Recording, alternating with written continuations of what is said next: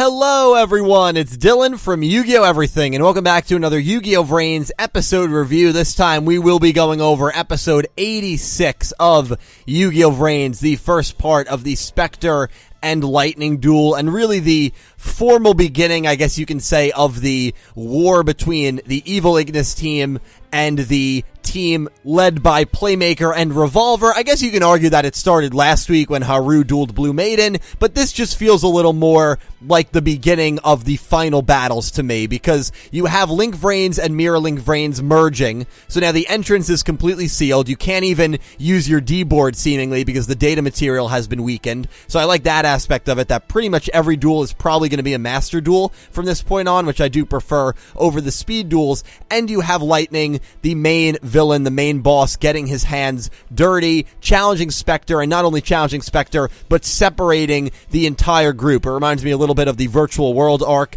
back from Duel Monsters when everyone was separated. Playmaker is with his Ignis, Spectre is alone, Revolver is alone, Soulburner is with Flame, and Blue Maiden is with Aqua. It was also cool when it happened that Blue Maiden is actually able to use her wings, so she kind of kept a little bit of Blue Angel, because obviously the wings were from her Blue Angel outfit, so it's cool that she at least still has the ability to use her wings, which was obviously her origin as far as we know when she first started dueling in Link VRains. So that was a cool little scene, but all of these characters are being held hostage by, not being held hostage by Lightning, but they're all trapped by Lightning. They're all in these areas. Revolver is in a beautiful field of flowers, which actually I really like the aesthetic there. Spectre is more in a wasteland, which I guess symbolizes his love for trees and dirt, maybe. And Blue, I forget where Blue Angel and Blue Maiden and Playmaker are. I know Soulburner was in like an airfield.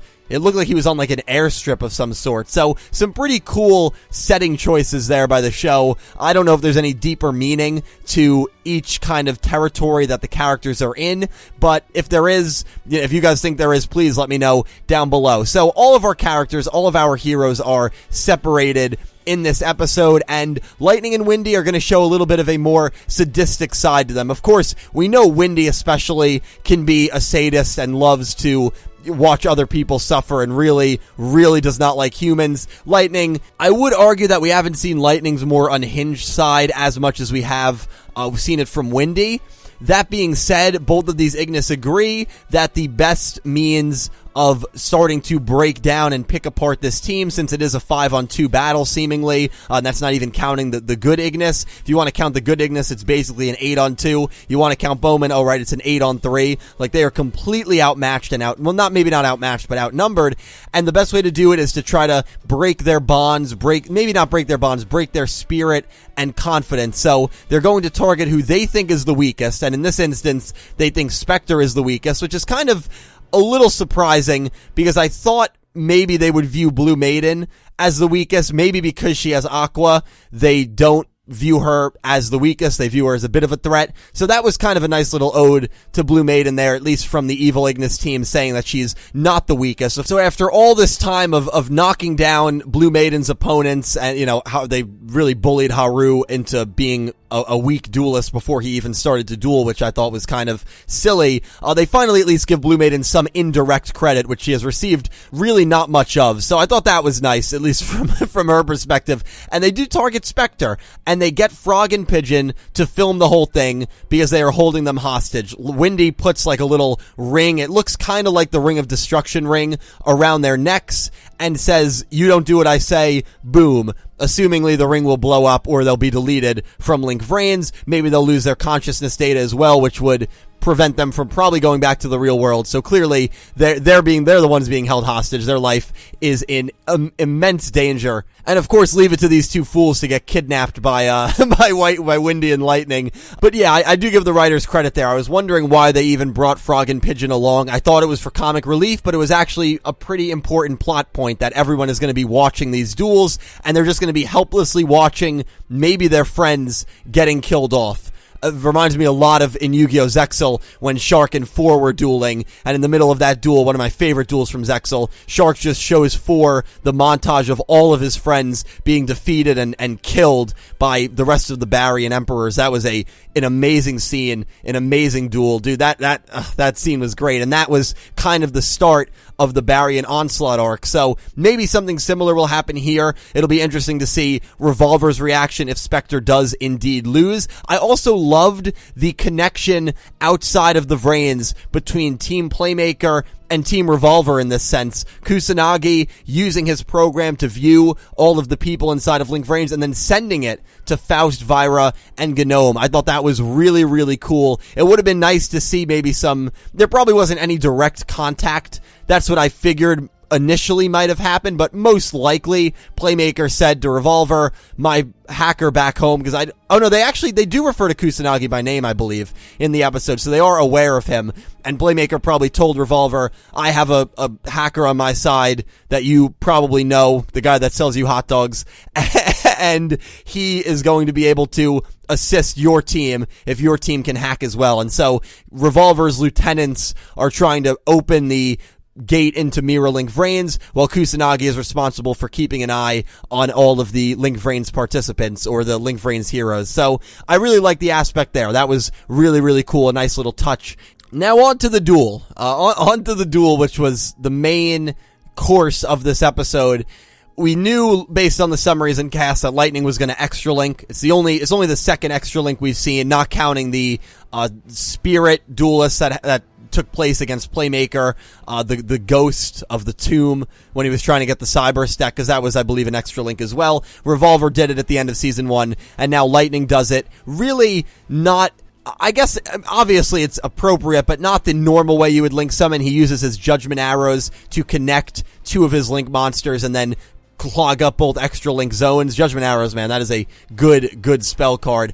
And Spectre steals Judgment Arrows. He had a spell card, Sunvine Plunder, which if he didn't have this card, he would have lost the duel. This was one of the only cards that probably could have gotten him out of the situation, in his deck at least. I thought maybe he was going to drop a Raigeki or something along those lines, like an OG trap, or no, that's not a trap, but an OG speller trap, but that's more of Revolver's path, so we'll have to keep an eye on Revolver in his next duel to see maybe a card like that. But Spectre uses Sunvine Plunder. It allows him to steal one spell from the field, from your opponent's side of the field, and he steals the Judgment Arrows. And because of the Judgment Arrows, he doesn't need to use an extra monster zone to link summon, so he goes into link summons. We see Sunvine Daphne, we see Sunvine Thrasher, and he ends up destroying one of the extra monster zones that Lightning was occupying, so he opens up an extra monster zone for himself, and then he summons his big tree to end the episode. And I thought his reaction at the end of this episode was perfect. Lightning dominated the entire duel. His first turn was incredible,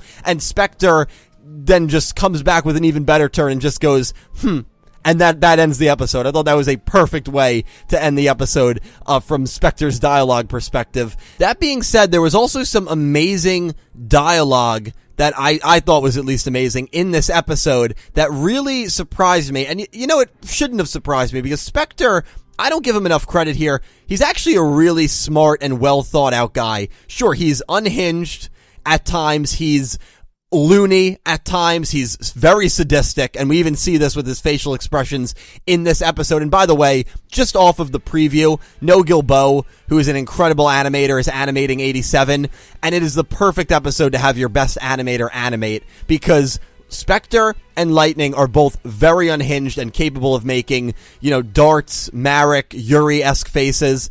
And I'm so excited to see the craziness that No Gilbo is going to draw in the next episode, because it just seems like these two characters, while the faces were good in this episode, are just going to get more and more unhinged and continue to go down this insane rabbit hole. And I'm so excited for next week's episode. Just from an animation perspective alone, it'll be really, really incredible to watch. We're going to get some very, very iconic faces, in my opinion, or in my prediction. Going back, though, to Spectre's smarts and dialogue, he beats you, or what he does is he tries to beat you through his words before he beats you through his cards and through his deck. He tries to beat you with his actions and his words, and that's why I really do love Spectre as a character. When he dueled Playmaker, what did he do? He basically killed off Akira, And because of that, Playmaker was infuriated at Spectre. When he dueled Blue Angel, he burnt the book, ripped it in half after really just picking her apart the entire duel from an emotional perspective.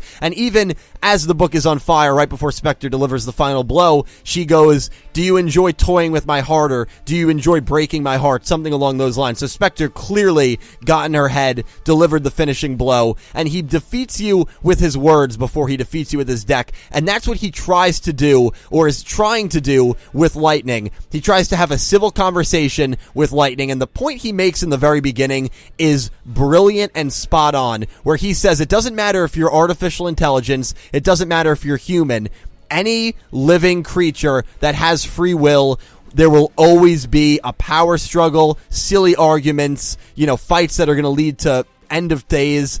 And he's 100% right. Look at the Ignis. Look at what happened. Earth died.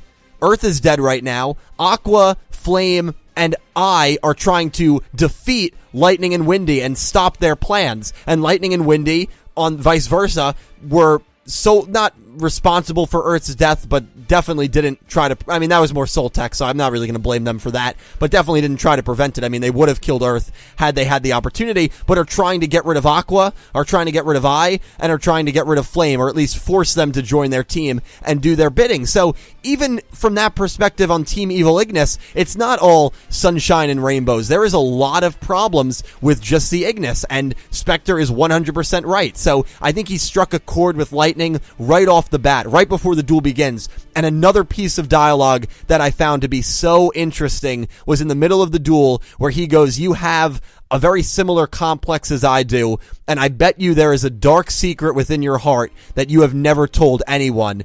And Lightning gets very triggered by this. You can see he gets very angry, gets very defensive, because Spectre struck a chord. And so Spectre says, "Well, since you're not answering, there's no point for me to keep digging. Clearly, I struck a chord." So that right there, the writers basically told us that there is something that Lightning is hiding within his heart of hearts that he has never told anyone. Will that be a major plot point going forward?